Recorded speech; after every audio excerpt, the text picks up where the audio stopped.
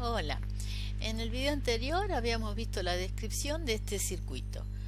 Dado que yo usé VHDL para generar síntesis, entonces vamos a ver ahora las particularidades del circuito sintetizado. Recordemos un poco, la descripción tenía tres componentes y procesos implícitos. En particular, vamos a ver que teníamos para la salida del comparador instanciado una condición en el when else que era doble, que esté en modo i igual a 1, que significaba justamente que voy a mostrar la salida del comparador, y que mayor sea igual a 1 para mostrar la entrada A. Y una segunda doble condición que es modo también igual a 1, pero menor igual a 1. Entonces se ve la salida B. Había comentado que podría, en lugar de haber puesto menor igual a 1, haber usado la señal mayor y poner mayor igual a 0. Entonces vamos a ver dentro de un ratito qué diferencias puede haber al hacer ese cambio. Primero, con esta descripción vamos a ver las herramientas Tools, el RTL Viewer, y en particular ver el contenido del componente del comparador. Para eso vamos a Display Content y vemos el comparador. Recuerden que el componente este tenía tres salidas de port, que es mayor, menor e igual. Igual no la estoy usando en la descripción, de manera que acá vemos que efectivamente esa señal no está conectada. Otra particularidad es que la señal de mayor la genera a partir de un comparador por menor. Simplemente en un caso compara A con B y en el otro caso B con A.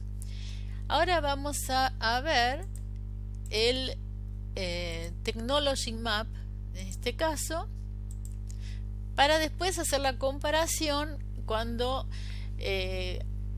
modifiquemos la descripción. En Technology Map, que no es cercano al esquemático de nuestro diseño, tenemos elementos lógicos. Estos elementos lógicos son, en la arquitectura de la FPGA de Altera, son las unidades lógicas más pequeñas que puede haber. Veamos del manual de Altera cómo están constituidos estos elementos lógicos. Acá vemos la estructura en forma sintética. Lo importante para destacar, sin entrar en detalles, es que tenemos 4 entradas de datos. Y en la parte combinacional vamos a una tabla, Lookup Table, y a la salida, si se fijan, salteando toda la parte sincrónica, accedemos a 3 salidas, que son combinacionales. Entonces eso lo podemos ver acá resaltada, la parte combinacional del elemento lógico. Las señales, las 4 como máximo, van a una tabla que se llama Lookup Table, cuya función es generar funciones, y genera funciones de hasta 4 variables, como es lógico porque tiene hasta 4 entradas. ¿Cómo vemos esto en el Quartus? Si hacemos clic en una de estas unidades lógicas, resaltamos en rojo el borde, ponemos Display Content, entonces vemos el circuito esquemático que generó esta unidad, y si ahora volvemos a hacer clic en la parte roja, vamos a propiedades, tenemos el esquemático, y en segundo lugar en la solapa tenemos el contenido de la Lookup Table. En este caso tenemos una sola salida activa. Recuerden que habíamos visto que podía tener hasta 3 salidas. Bueno, después tenemos el mapa de Carnot, y los ports, pero lo que nos interesaba es mostrar la Lookup Table. Así podemos verlo en cada uno de estas unidades lógicas. Entonces ya lo tengo en una foto para no tener que abrir cada una, y podemos constatar que en cada unidad lógica salvo esta que tiene 3 entradas, todas las demás tienen 4, pero nunca pueden tener más de 4 por el diseño de esas unidades. Entonces, a veces agregar una señal significa agregar toda una unidad lógica, de acuerdo con la cantidad total de señales que se estén manejando. Ahora, vamos a ver, cambiando la descripción, qué sucede con el hardware sintetizado. Como había mencionado, en lugar de usar menor igual a 1, podría usar mayor. Entonces me ahorro una señal. Vamos a cancelar la señal menor de la parte declarativa de la arquitectura y tampoco la voy a usar en el instanciado del componente. Entonces, en este caso, que estoy usando mapeo nominal, las señales no mapeadas no las escribo. Es la ventaja de usar también este tipo de mapeo. Y aquí voy a cambiar, en lugar de menor igual a 1, voy a poner mayor igual a 0. O sea, me ahorré una señal. ¿Tiene importancia esto? Bueno, ahora lo vamos a ver después de compilar si algo ha cambiado. Recuerden que cuando compilamos, en la forma que lo estoy haciendo, se corren todas las herramientas de la compilación. Ahora vamos nuevamente a Tools, vemos RTL en primer lugar, vamos nuevamente al componente instanciado, Display Content, y vemos que ahora son 2 las señales que no están conectadas. O sea, solamente estamos usando la señal de mayor, y fíjense que aquí a esta compuerta entra negada para generar la menor. Vamos a Tools nuevamente y veamos Technology Map. Technology Map se ve distinto que el anterior, pero para poderlos comparar, yo ya tengo en una foto los dos simultáneos.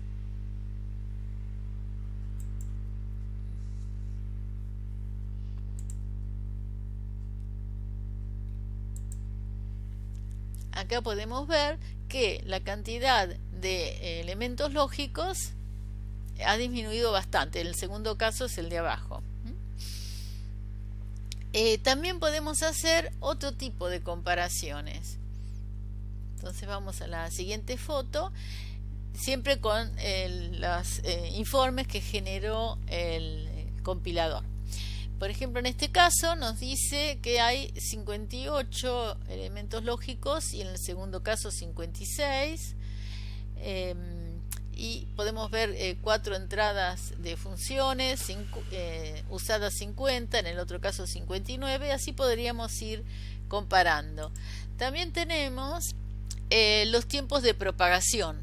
Fíjense que el máximo tiempo de propagación entre la entrada B0 y la salida no BCD es de 12,321 nanosegundos, cuando en el segundo caso es de 12,069 nanosegundos, y no es la misma señal, sino la que va desde A1 hasta no BCD.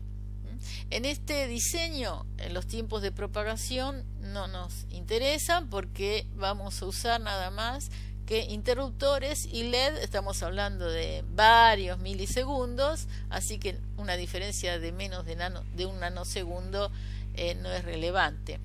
Pero cuando uno está haciendo un diseño para la FPGA, tiene que analizar cómo optimizar los tiempos de propagación y cómo tener los recursos de hardware optimizados también. Bueno, entonces ahora pasemos a ver las etapas del diseño. En la siguiente foto hacemos el diseño con las herramientas que tiene el Quartus, hacemos la síntesis del circuito. Como hemos visto en descripciones anteriores, habíamos hecho la simulación funcional, que significaba considerar un chip ideal sin tiempos de propagación y sin sin tiempos de establecimiento, para poder ver cómo funciona en forma ideal. Si el diseño es correcto, avanzamos; si no, hacemos un rediseño. Usar herramientas de desarrollo de software nos permite ahorrar el hecho de no tener que fabricar un prototipo cada vez, que sería muy costoso. Si el diseño es correcto, entonces seguíamos con Fitting, que es la herramienta que se encarga de ubicar los elementos lógicos, que se llaman Logic Element, y hacer las conexiones entre ellos. Aclaro que en realidad, en la forma que estamos usando nosotros el software, hacíamos correr todas las herramientas, no es que nos parábamos en cada etapa, ¿no? O sea que el fitting se corría directamente cuando ponemos compilar. Igualmente el análisis temporal también es una de las herramientas que se corren con el compilador. Ahora, la simulación temporal no la hemos hecho. Solamente una vez mostré qué sucede con las señales que en el tiempo tienen distintos tipos de propagación, entonces no llegan a una compuerta, por ejemplo, en forma simultánea, y hay que analizar si eso puede generar o no un error. Una vez que está simulado el diseño y estamos conformes con el mismo, hicimos ya todo el análisis de la síntesis del circuito y los tiempos de propagación, entonces podemos ir a implementarlo en la FPGA, que es la última etapa, que es de la cual voy a hablar ahora. Dice programación y configuración. Entonces, la idea es usar la plaqueta DE1 de Altera, que es la que yo tengo, con la FPGA Cyclone 2. De esta plaqueta voy a usar los interruptores on-off para generar, por un lado, la señal de entrada A, por otro lado la B, y en el más significativo voy a generar la señal de modo para o mostrar la salida del comparador o mostrar la salida del sumador. Este es el display de 4 dígitos de 7 segmentos, donde voy a mostrar A, B, la comparación, o si no, la suma en BCD, por supuesto. Y el LED rojo 9, que está acá, ese lo voy a usar para mostrar ese indicador de que la suma BCD necesita más de un dígito. Como disponemos de solo uno, entonces en ese LED voy a indicar, bueno, tendría que tener otro dígito más para poderla representar. Entonces, ahora que tenemos la plaqueta, sabemos qué hardware vamos a usar de la plaqueta, pero necesitamos la documentación para saber dónde están conectados, por ejemplo, los interruptores a la FPGA. Si vamos al software, vamos a Pin Planner, y allí vemos un esquema de la FPGA que estoy usando con sus 484 patas, cuyo nombre es a través de una matriz, o sea que las columnas tienen un número y las filas tienen una letra. Entonces, por ejemplo, este pin, si hacemos así, vemos es B20. Esta ventana que se abrió nos permite asignarle a un determinado pin una señal de port, ¿no? O sea, los por de entrada o por de salida. Para eso necesitamos saber entonces dónde están conectadas los interruptores, los LED o los segmentos del display. Esa información la saco del manual de Altera. Entonces vemos acá, por ejemplo, para el display dice que el segmento 0 del dígito 0 está en el pin J2, y así me voy fijando cada segmento y de cada display y de cada dígito, y voy poniendo esa información en esa ventana. Eso ya lo hice porque es un trabajo laborioso.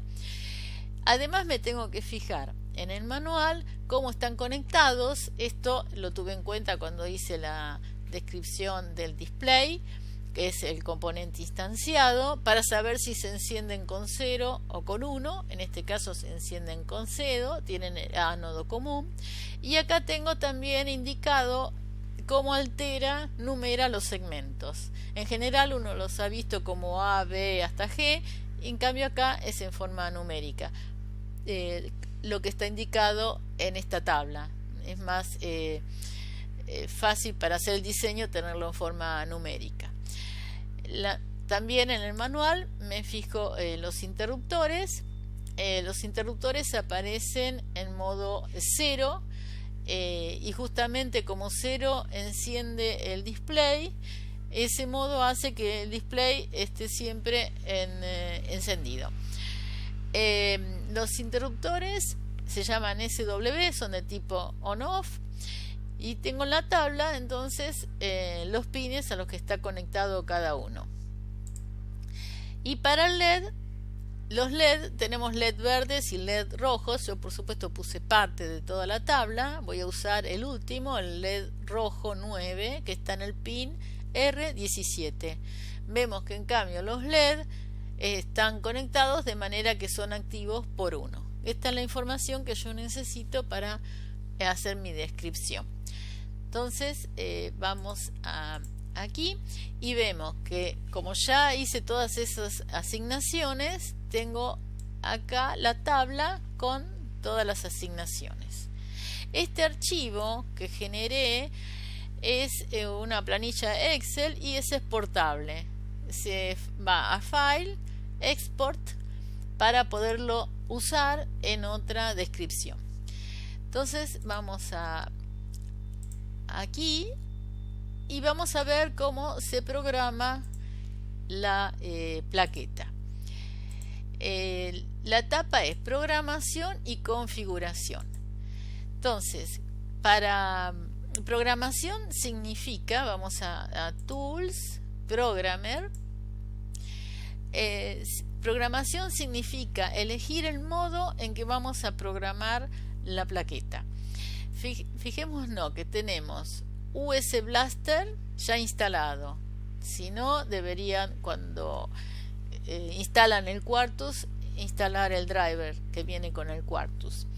Y acá tenemos modo, que es lo que se programa. El modo JTAG lo que hace es bajar un archivo de extensión SOF, acá lo estamos viendo, SOF, es un archivo que generó el assembler del compilador, binario, y que configura la FPGA, la SRAM de la FPGA. Es una norma para configurarla. Entonces, en este modo vamos a configurar la FPGA y va a estar configurada mientras tengamos alimentación. Como se trata de una SRAM, si le sacamos la alimentación, perdemos la configuración. Pero para estar haciendo pruebas es un modo muy útil, muy rápido. Es el que voy a usar en este momento. Pero tenemos otro modo que es el Active Serial Programming.